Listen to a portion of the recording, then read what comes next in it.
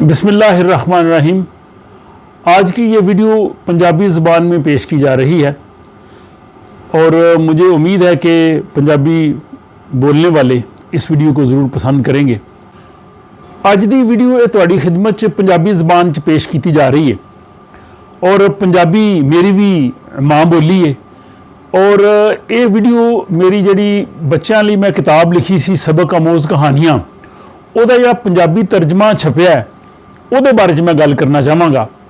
2018 च जदों बच्चों ਲਈ मेरी पहली किताब सबक आमोज़ कहानियाँ नंबर 1 जदों पाकिस्तान के कौमी इदारे नेशनल बुक फाउंडेशन इस्लामाबाद ने छापी तो उस तो बाद दुनिया के मुख्तलिफ मुल्कों जदों उसका तारफ होया और ये जरूरत पेश हुई कि इस किताब का दुनिया दी बाकी ज़बानों भी तर्जमा होना चाहिए ताकि वो बच्चे भी जी इन्हां चीज़ों समझ सकन।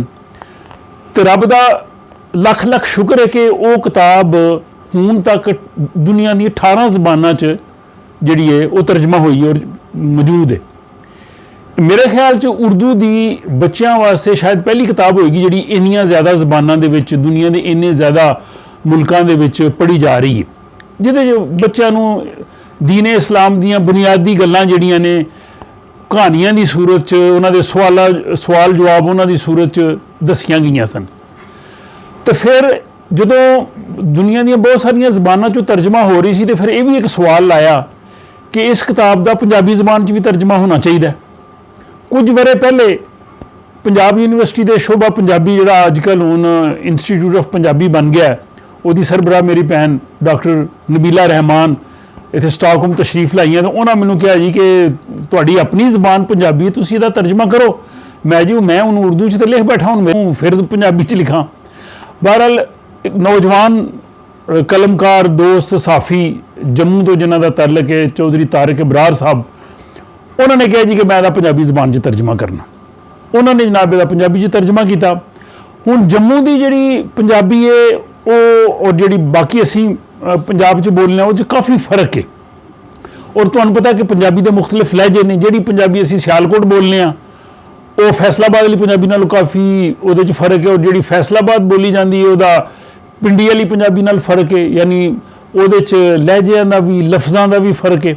और इस वास्ते सब तो ज़्यादा जिहड़ी मुश्किल कह लो या जिहदे च वक्त ज़्यादा लगा सानूं तर्जमा करन च वो पंजाबी दा सी। तो तारिक इबरार साहब के तर्जमे तो बाद फिर जड़ा ना प्रोफैसर डॉक्टर नबीला रहमान साहिबा ने मैनूं कहा कि तुसीं इहनूं एक बारी खुद वेखो और इहनूं चैक करो। तो फिर मैं उस तर्जमे नूं पढ़िया और मैं अपने मुताबिक समझा कि जिथे जिथे लोड़ सी तब्दीली दी वो कीती। उहदे तो बाद फिर अपने बेटे मैं मुनीब नूं कहा उसने उसनूं देखा उसने चैक किया। उस तो बाद फिर इस किताब में जिन्ना छापिया अनीस साहब वो खुद पंजाबी दे उर्दू के बहुत बड़े शायर ने वो लाहौर रहंदे ने और उन्होंने बहुत मेहनत की। उन्होंने जनाब इस किताब की प्रूफ रीडिंग भी की इसका जनाब उन्होंने मजीद उहदे च जिहड़ा पंजाबी का लाहौरी और पंजाबी रंग है वह भी उन्होंने किया। उस तो बाद फिर इंस्टीट्यूट ऑफ पंजाब यूनिवर्सिटी की सरबराह प्रोफैसर डॉक्टर नबीला रहमान साहिबा उन्होंने इसनूं बड़ी मेहनत नाल और इसनूं अपनी उन्होंने मसरूफियत के बावजूद उन्होंने इस तर्जमे नूं तकिया। तो इस वास्ते इस तर्जमे च तुहानूं पंजाब के सारे रंग और सारे लहजे और सारे लफ्ज़ जिहड़े ने मिलणगे। छोटी जी किताब है 16 कहानियां दी लेकिन इन्हां 16 कहानियां दे विच एक तो चलो वो कहानियां ने जिहड़े सवाल जवाब ने बच्चे अपने घर वाले नाल करते हैं उन्होंने इस्लाम के बारे पता लगेगा। लेकिन दूसरा मैं समझना वा कि ये पंजाबी जिहड़ी नसर है वो भी एक बड़ा वड्डा इजाफा है। और मेरी बहन डॉक्टर नबीला रहमान साहिबा की मैनूं गल याद आ गई जो किताब छप रही सी जी कि अजकल पंजाबी ज़बान जिहड़ी है वो मतलब इतनी लोग बोलते भी घट ने तो पढ़ेगा किहड़ा। तो उन्होंने कहा कि यदी एक बड़ी जिहड़ी है ना होएगी एक अफादियत समझो इसका एक बड़ा फायदा होएगा कि एक नसर दे विच साडे कोल किताब होएगी ਉਹਨਾਂ ਮੈਨੂੰ ਗੱਲ ਦੱਸੀ ਜਿਹੜੀ ਮੈਨੂੰ ਮਤਲਬ ਉਸ ਚੀਜ਼ ਨਾਲ ਮੈਨੂੰ ਹੋਰ ਖੁਸ਼ੀ ਹੋਈ ਕਿ ਕਿਤਾਬ ਛਪ ਰਹੀ ਹੈ। ਉਹਨਾਂ ਕਿਹਾ ਜੀ ਕਿ ਆਪਣਾ ਭਾਰਤੀ ਪੰਜਾਬ ਦੇ ਜਿਹੜੇ ਨੇ ਉਹ ਉੱਥੇ ਦੇ ਲਿਖਾਰੀਆਂ ਦਾ ਇੱਕ ਵਫਦ ਲਾਹੌਰ ਆਇਆ ਔਰ ਉਹਨਾਂ ਨਾਲ ਅਸੀਂ ਗੱਲਬਾਤ ਕਰ ਰਹੇ ਸਾਂ ਪੰਜਾਬੀ ਅਦਬ ਦੇ ਬਾਰੇ 'ਚ। ਪੰਜਾਬ ਯੂਨੀਵਰਸਿਟੀ 'ਚ ਬੈਠੇ ਆ, ਬਾਕੀ ਲੋਕ ਵੀ ਸਨ ਔਰ ਬੱਚਿਆਂ ਦੇ ਅਦਬ ਦੇ ਬਾਰੇ 'ਚ ਗੱਲਬਾਤ ਸ਼ੁਰੂ ਹੋ ਗਈ। ਫਿਰ ਅਸਾਂ ਉਹਦੇ ਬਾਰੇ 'ਚ ਗੱਲਬਾਤ ਆਪਣੀ ਦੱਸੀ। ਤਾਂ ਉਹ ਜਿਹੜੇ ਲੋਕ ਉੱਥੋਂ ਆਏ ਸਨ ਸਾਡੇ ਪ੍ਰਾਹੁਣੇ ਭਾਰਤੀ ਪੰਜਾਬ ਦੇ, ਉਹਨਾਂ ਨੇ ਇੱਕ ਬੰਦੇ ਨੇ ਕਿਹਾ ਕਿ ਤੁਸੀਂ ਮੈਨੂੰ ਕੋਈ ਉਹ ਕਿਤਾਬ ਵਿਖਾਓ ਜਿਹੜੀ ਬੱਚਿਆਂ ਦੀ ਸਬਕ ਆਮੋਜ਼ ਕਹਾਣੀਆਂ ਜਾਂ ਬੱਚਿਆਂ ਦੇ ਬਾਰੇ 'ਚ ਕਹਾਣੀਆਂ ਦੀ ਸੂਰਤ 'ਚ ਪੰਜਾਬੀ 'ਚ ਲਿਖੀ ਗਈ ਹੋਏ। ਤੂੰ ਕਹਿੰਦੀ ਕਿ ਅਸੀਂ ਸਾਰੇ ਜਿਹੜੇ ਨੇ ਉਹ ਸੋਚੀ ਪੈ ਗਏ ਤੇ ਅਸੀਂ ਇੱਕ ਦੂਜੇ ਵੱਲ ਵੇਖਣ ਲੱਗ ਪਏ ਕਿ ਅਸੀਂ ਇਹਨਾਂ ਨੂੰ ਕੀ ਵਿਖਾਈਏ। ਤੇ ਕਹਿੰਦੇ ਸਾਡੇ ਕੋਲ ਕੋਈ ਮਿਸਾਲ ਨਹੀਂ ਸੀ। ਤੇ ਮੈਨੂੰ ਉਹਨਾਂ ਨੇ, ਮੇਰੀ ਭੈਣ ਨੇ ਕਿਹਾ ਕਿ ਤੁਸੀਂ ਇਹ ਕਿਤਾਬ ਛਪਵਾ ਕੇ ਸਾਡਾ ਮਿਹਣਾ ਲਾ ਦਿੱਤਾ ਔਰ ਮੈਨੂੰ ਇਸ ਚੀਜ਼ ਦੀ ਬੜੀ ਖੁਸ਼ੀ ਹੋਈ ਹੈ। ਔਰ ਮੈਨੂੰ ਇਹ ਉਮੀਦ ਹੈ ਕਿ ਜਿਹੜੇ ਲੋਕ ਪੰਜਾਬੀ ਬੋਲਦੇ ਨੇ ਔਰ ਪੰਜਾਬੀ ਸਮਝਦੇ ਨੇ ਉਹ ਆਪੀ ਵੀ ਪੜ੍ਹ ਕੇ ਉਹਦੇ ਕੋਲ ਮਜ਼ਾ ਲੈਣਗੇ ਔਰ ਆਪਣੇ ਬੱਚਿਆਂ ਨੂੰ ਵੀ ਸੁਣਾ ਸਕਦੇ ਨੇ। ਇਹਦੇ 'ਚ 16 ਕਹਾਣੀਆਂ ਨੇ ਔਰ ਉਹ ਕਹਾਣੀਆਂ ਉਹ ਨੇ ਕਿ ਜਿਹੜੀਆਂ ਆਮ ਮਤਲਬ ਸਮਝੋ ਕਿ ਅਸੀਂ ਆਪਣੇ ਬੱਚਿਆਂ ਨਾਲ ਗੱਲਾਂ ਕਰਨੇ ਆ। ਮਤਲਬ ਪਹਿਲੀ ਕਹਾਣੀ ਇਹ ਕਿ ਅਸੀਂ ਮੁਸਲਮਾਨ ਕਿਉਂ ਹਾਂ, ਈਮਾਨ ਕਿਹਨੂੰ ਆਖਦੇ ਨੇ, ਅੱਲਾ ਤੇ ਇਨਸਾਨਾਂ ਦੇ ਕਾਨੂੰਨ ਵਿੱਚ ਕੀ ਫਰਕ ਹੈ, ਇਸਲਾਮ ਕਿਹਨੂੰ ਕਹਿੰਦੇ ਨੇ ਤੇ ਕਿਹਨਾਂ ਸ਼ੈਵਾਂ ਤੇ ਈਮਾਨ ਰੱਖਣਾ ਜ਼ਰੂਰੀ ਹੈ, ਨਬੀ ਤੇ ਰਸੂਲ ਕਿਹਨੂੰ ਕਹਿੰਦੇ ਨੇ ਤੇ ਸਾਡੇ ਪਿਆਰੇ ਰਸੂਲ ਸੱਲੱਲਾਹੁ ਅਲੈਹਿ ਵਸੱਲਮ ਦੇ ਬਾਰੇ 'ਚ, ਤੇ ਇਸਲਾਮ ਹੀ ਸੱਚਾ ਦੀਨ ਕਿਉਂ ਹੈ, ਤੇ ਸਾਡੀਆਂ ਦੁਆਵਾਂ ਕਿਉਂ ਕਬੂਲ ਹੁੰਦੀਆਂ ਨੇ, ਬੱਚੇ ਅਕਸਰ ਪੁੱਛਦੇ ਨੇ। ਫਿਰ ਬੱਚੇ ਵੀ ਪੁੱਛਦੇ ਨੇ ਕਿ ਕਿਹਨਾਂ ਗੱਲਾਂ ਤੋਂ ਅੱਲਾਹ ਤਾਲਾ ਨੇ ਮਨਾ ਕੀਤਾ ਹੈ ਤੇ ਗੱਲਬਾਤ ਕਰਨ ਦੇ ਕੀ ਆਦਾਬ ਹੈਗੇ ਨੇ। ਫਿਰ ਬੱਚੇ ਵੀ ਪੁੱਛਦੇ ਨੇ ਕਿ ਸਾਰੇ ਮੁਸਲਮਾਨ ਜਿਹੜੇ ਨੇ ਉਹ ਕਿਆ ਇੱਕੋ ਜਿਹੇ ਨੇ, ਇਹਨਾਂ 'ਚ ਜਿਹੜੀਆਂ ਮੁਖਤਲਿਫ ਜ਼ਾਤਾਂ ਬਰਾਦਰੀਆਂ ਫਿਰਕੇ ਇਹ ਕਿਉਂ ਬਣੇ ਨੇ। ਤੇ ਫਿਰ ਜ਼ਿਆਦਾਤਰ ਜਿਹੜੇ ਯੂਰਪ 'ਚ ਦੁਨੀਆ 'ਚ ਰਹਿੰਦੇ ਨੇ ਬੱਚੇ, ਉਹਨਾਂ ਮੁਲਕਾਂ ਜਿੱਥੇ ਮੁਸਲਮਾਨਾਂ ਦੀ ਅਕਸਰੀਅਤ ਨਹੀਂ, ਉਹ ਆਉਂਦੇ ਨੇ ਗੈਰ ਮੁਸਲਮਾਨ ਨਾਲ ਅਸੀਂ ਕਿਸ ਤਰ੍ਹਾਂ ਰਹੀਏ। ਇਹ ਕਹਾਣੀ ਮੈਨੂੰ ਯਾਦ ਆਈ ਕਿ ਹੁਣ ਹੀ ਤਕਰੀਬਨ 1 ਮਹੀਨਾ ਪਹਿਲੇ ਇੱਥੇ ਸਟਾਕਹੋਮ 'ਚ ਅਸੀਂ ਅਲਾਮਾ ਇਕਬਾਲ ਦਾ ਦਿਨ ਮਨਾਇਆ।